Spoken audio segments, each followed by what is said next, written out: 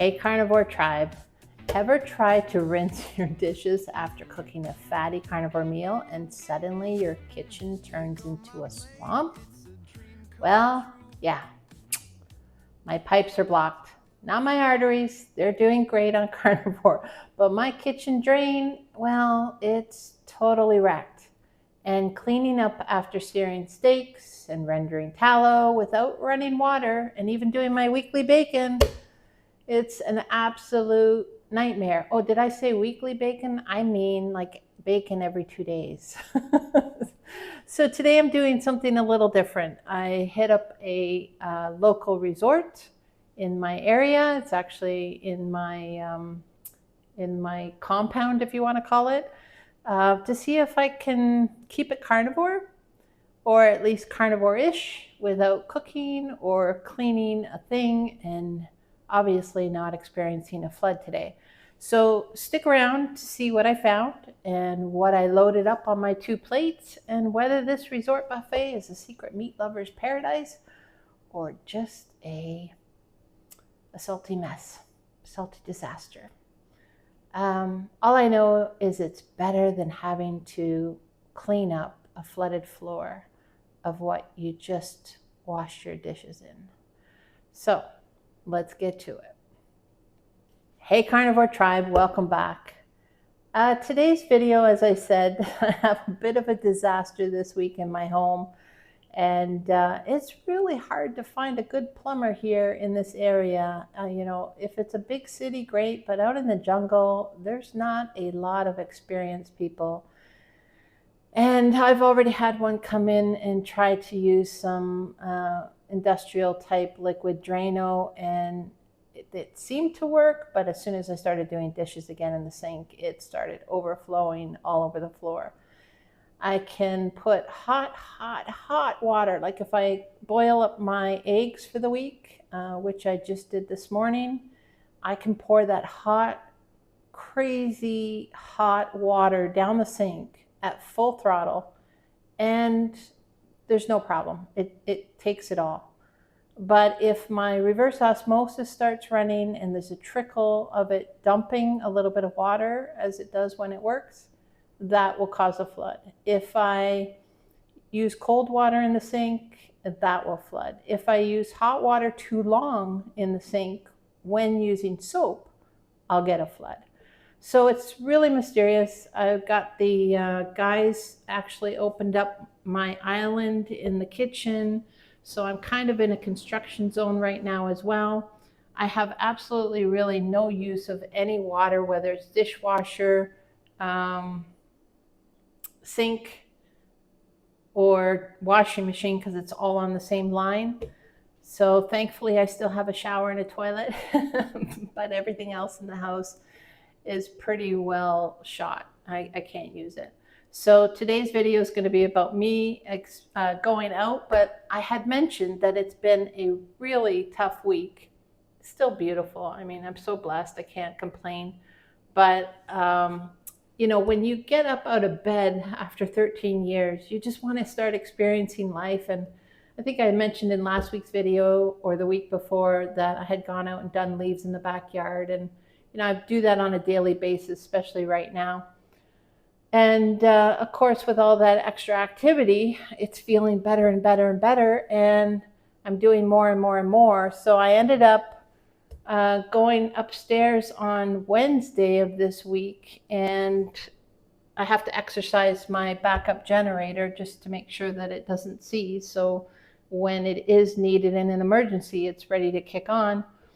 And coming down, I actually had a client in a few minutes, so I was rushing a little bit. And we have these Mayan stairs, which are very tall stairs, and they're uneven. They go up, I'll maybe go out and get a picture of them.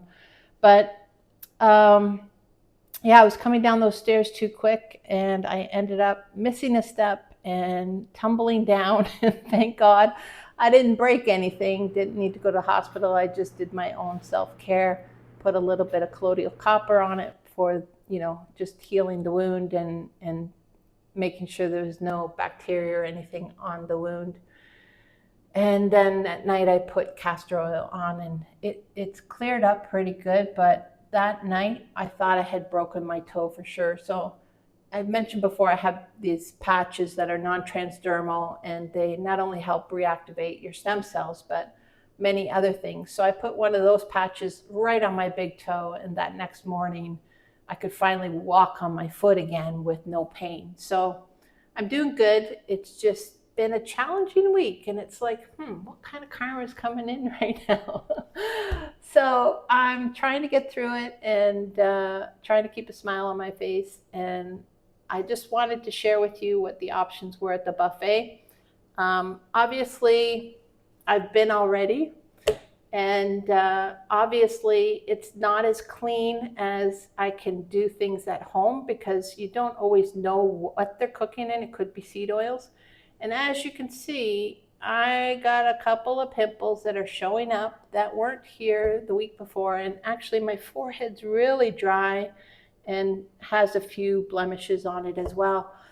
So it's just an indication to me that, yeah, I was able to stick to carnivore, but still it wasn't the most ideal. And for a girl that's been in bed 13 years, I really don't want that solution of eating at home, because I want to go out and I want to experience life. I want to meet people and I want to get involved in things. And in order to do that, I would have to start eating out.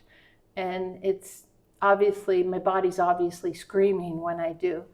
Not so much this time compared to when I went to the resort for the Dr. Joe Dispenza conference, but either way, it's still a signal, it's still a sign that I need to not eat out that often and control it a little more, at least for now. Maybe as my body heals, more and more of that I'll be able to handle here and there.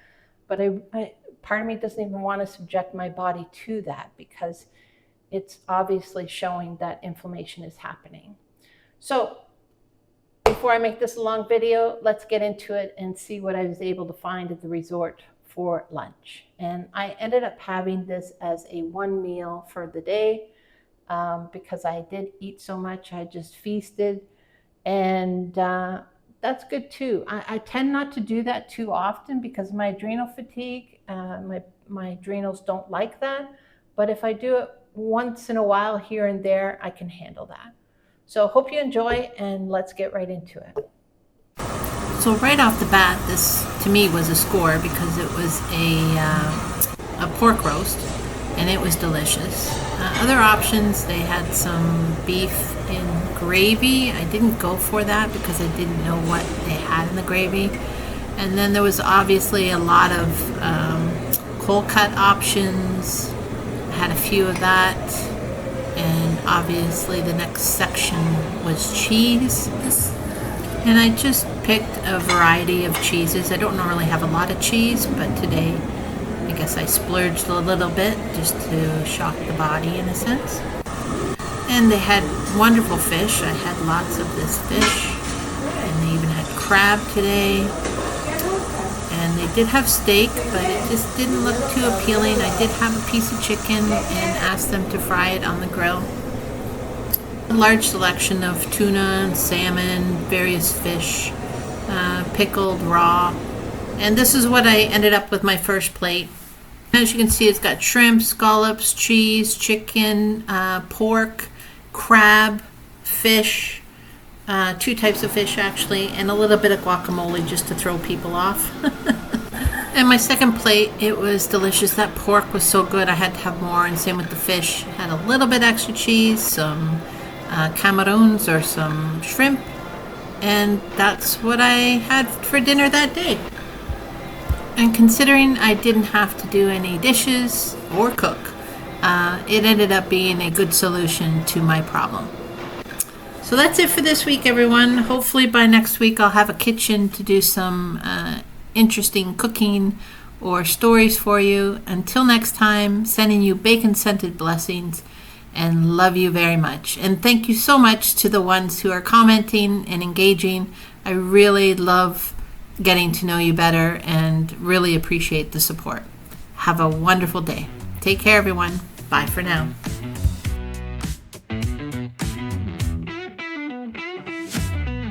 cake on my plate, it's a dream come true. Butter melting down like morning dew.